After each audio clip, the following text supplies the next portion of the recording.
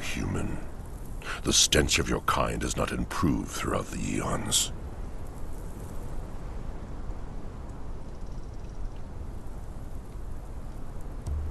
Ashes and dust, human.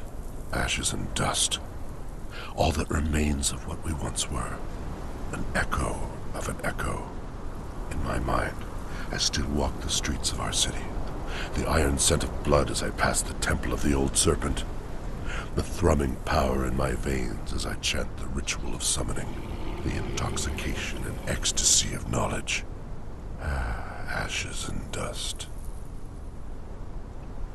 When the world was shattered, your people came to us as refugees.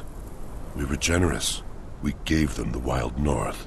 They built a city there amongst the trees and practiced weird sciences and worshipped their demon gods. For 1,000 years, there was peace and trade among our peoples. But your kind is ever seeking, ever grasping, ever multiplying. War was inevitable, and when it came, it was terrible.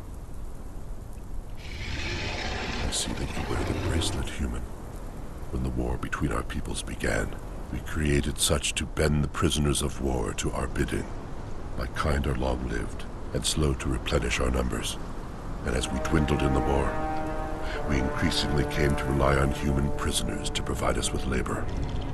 To that end, we created the bracelets, to bond your kind, to control your movements, to allow you to understand our language, and to prevent your kind from escaping. But that was an eon ago. To what purpose they have now been attuned, I cannot say.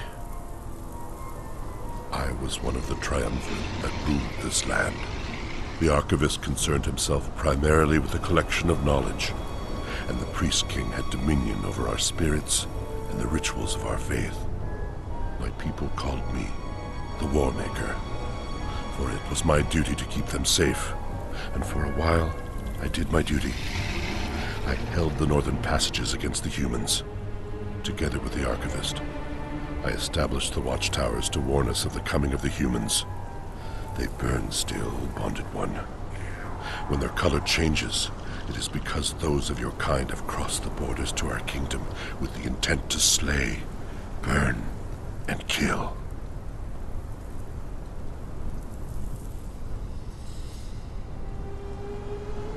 In the end, we were betrayed. During a skirmish in the north, the humans revealed a new weapon, forged of their strange science.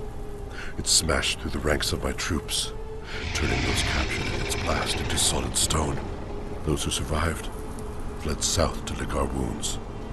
During this moment of weakness, the priest king came to me with a proposal. A new ritual to counter the human sciences. A powerful magic to scour the landscape and drive them forth. In desperation, I agreed. Do you understand, human? In ages past, this was the most fertile land in our empire. And then I unleashed the magic that created the sandstorm. And I lost control of it. I betrayed my people to a slow, dwindling doom.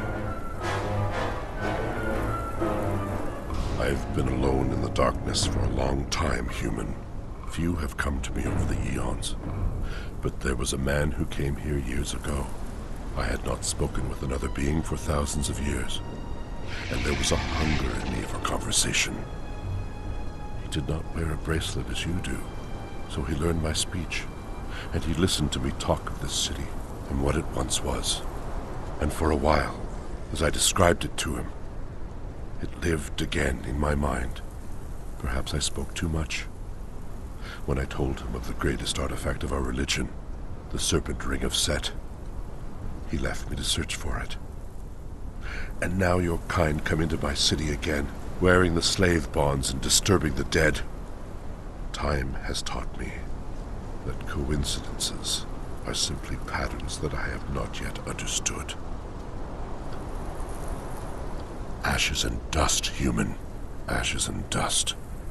All that remains of what we once were. An echo of an echo.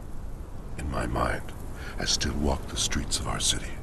the iron scent of blood as I passed the temple of the old serpent, the thrumming power in my veins as I chant the ritual of summoning, the intoxication and ecstasy of knowledge. Ashes and dust. When the